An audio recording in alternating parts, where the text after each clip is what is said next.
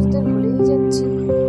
ফোনের স্ক্রিনের ওপারে যাদের প্রতীক্ষায় রেখেছি, একদিন তারা আর থাকবে না। পরে বলবো, পরে সময় হবে, এই পরে একদিন হয়ে যায়, সে সময়টা আর আমাদের হয়নি। জীবনটাকে নতুনভাবে দেখতে শেখাবে এমনই একটি মেসেজ আপনাদের সামনে তুলে ধরছি। সেদিন ছিল এক সাধারণ মঙ্গলবার। রাত তখন 11:47। সারার ফোনে ভেসে উঠল এক মেসেজ।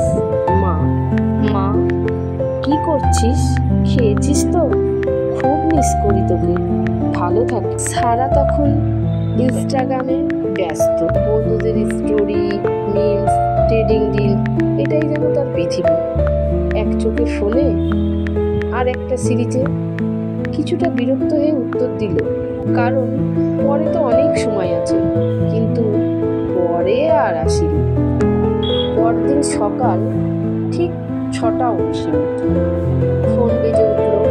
স্ক্রিনে লেখা হাসপাতাল। সারা বসে ফোন খুলল। পুরোনো মেসেজগুলো স্ক্রল করতে করতে চোখ ভিজে গেল তার। তুই তো ব্যস্ত থাকিস, তাই বেশি বিরক্ত করি না। তোকে খুব ভালোবাসি, সবসময় ভালো থাকিস। তার প্রতিটি উত্তর যেন এখন একটা অনুশোচনার খোঁচা। কতবার বলেছি পরে কথা বলবো, কতবার ভালোবাসিটা বলা হয়নি, কারণ সময় ছিল না।